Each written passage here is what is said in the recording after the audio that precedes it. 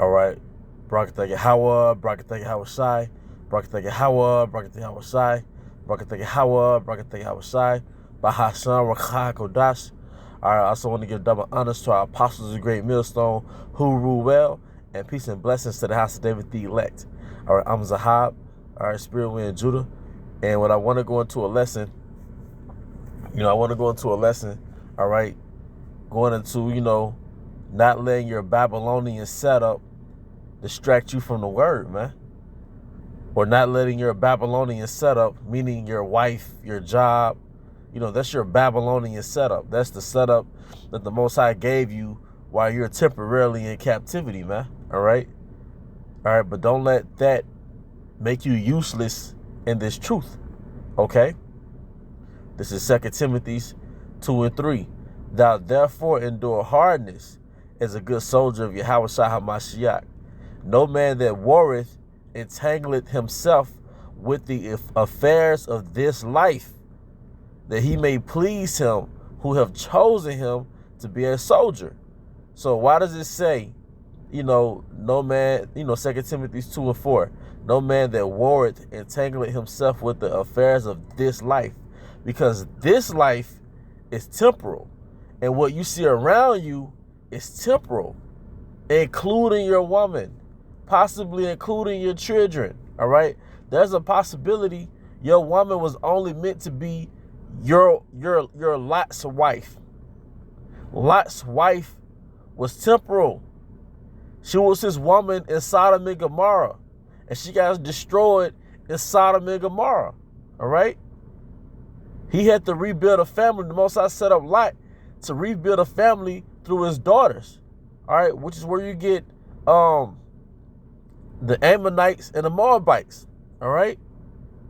Your wife may very well be in the stead of Lot's wife. So don't put your expectations on 1,000 towards your family. It's not up to you to decide if your family is going to make it, all right? And we love our family, and then what I'm saying is very easy to say and hard as hell to do, because we have emotions, all right? And men of the Lord are good men, the good fathers, you're good people, all right? Contrary to what's been said about us, we love our families, man.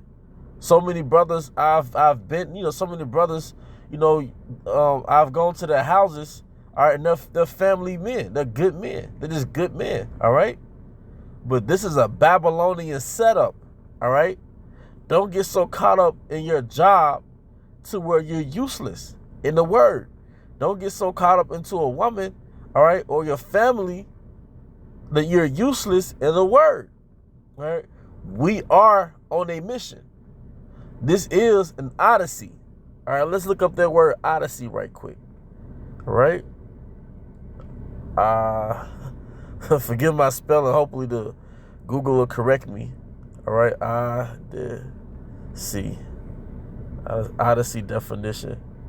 It says a long and eventful or adventurous journey or experience.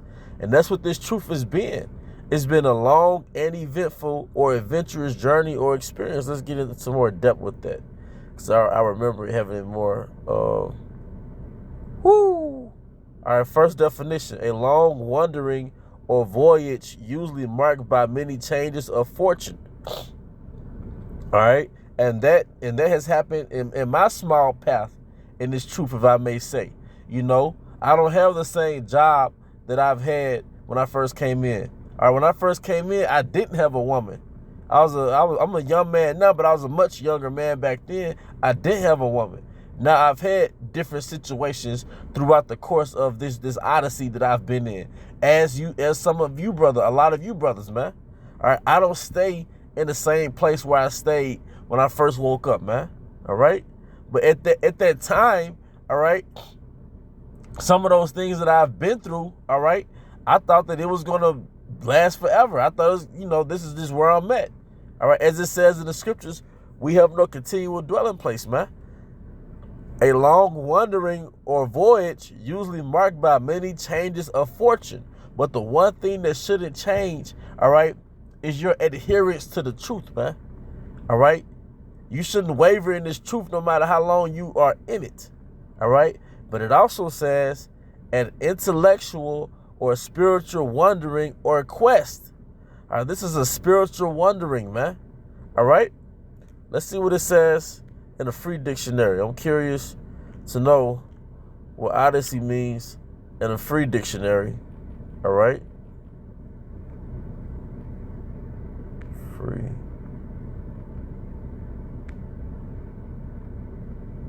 The free dictionary, you know, I think I picked this up by an Apostle Bar, but it has a lot of good definitions. And it goes into the Greek just to give a little history. The younger of the two surviving ancient Greek epic poems traditionally ascribed to Homer, but containing much orally transmitted material composed over several centuries and concerning the adventures and ordeals of the Greek warrior Odysseus, I think that's how you pronounce it, after the fall of Troy, as he struggles to return home and reestablish himself as king of Ithaca. But it says an extended adventurous voyage or trip. This truth he has an extended adventurous voyage, because I know when I first woke up, I thought the Lord was coming back within 6 months. You know, I woke up, let's say in the month of January, I'm thinking he's gonna be here by the summer. But you know, in this truth, you find out that you are in an Odyssey. All right, an extended adventurous voyage or trips.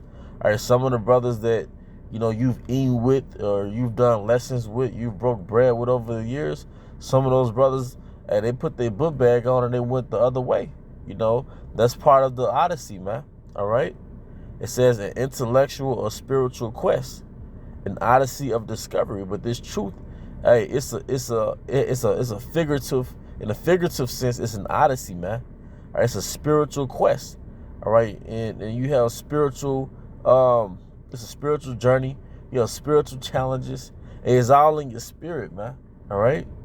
But going back to the lesson, all right, 2 Timothy 2:4, no man that worrieth entangleth himself with the affairs of this life. You don't get entangled in it.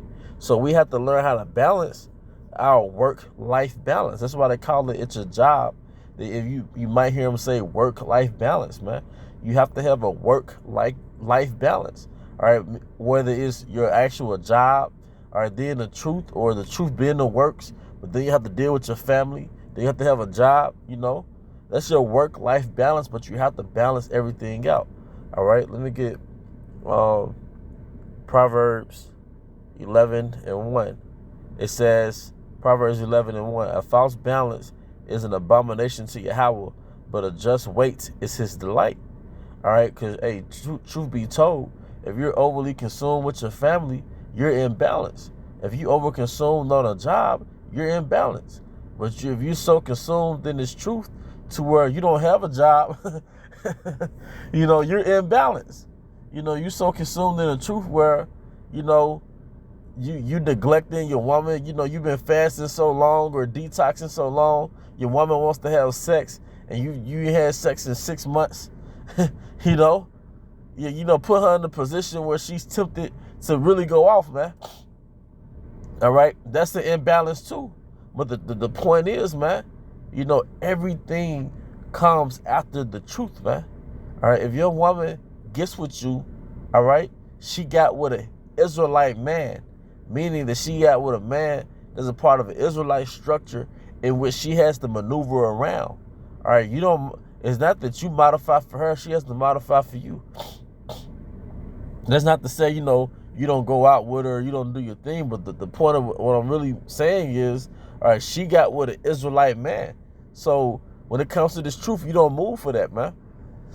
All right. And in closing, I'm going to get Matthew 19:27. It says, all right, I'm going to start at 29. I'm just going to get to the point. And everyone that have forsaken houses, or brethren, or sisters, or father, or mother, or wife, or children. You know what? And I'm glad, I'm going to read this, then I'm going to expound. All right, Matthew 19:29, because I saw something. And everyone that have forsaken houses, or brethren, or sisters, or family, or father, or mother, or wife, or children, or lands, for my name's sake, shall receive 100-fold and shall inherit everlasting life. But I noticed those last 3 words were mother, or wife, or children. All right? Because as a man, all right, you expected to basically excessively honor your mother. All right? Because we're going into Mother's Day now. All right? So-called Mother's Day. All right? Honor your mother, or your wife, or children. All right? So you're in Babylon, a happy wife, happy life. All right? Also in the West, all right, children are celebrated. Children bring the least to the table and they're celebrated. In the Eastern cultures, all right, usually it's the grandparents that are the mostly celebrated, and that would make sense, man. All right? But over here in Babylon, it's your wife, your mother, or your children that are highly exalted, man.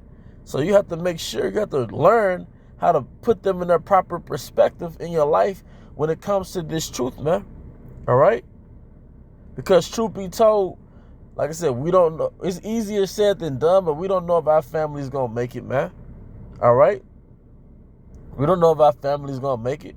But, you know, this just very well may be, they very well may be a part of that temporarily setup, all right, until Isaiah 4:1, or until the kingdom, ultimately. All right, but with that, you know, like I said, don't let your Babylonian affairs, all right, make you useless in this setup, man. Or don't let your Babylonian setup make you useless in the truth, man. But I hope you brothers and sisters were edified. Once again, I want to give all honor and glory to Yahweh by Hashem Yahushua, by Hashem HaKadosh, double honors to our apostles, great millstone, rule well. Peace and blessings to the house of David the elect. Abba, come Yasha Allah, Shalom.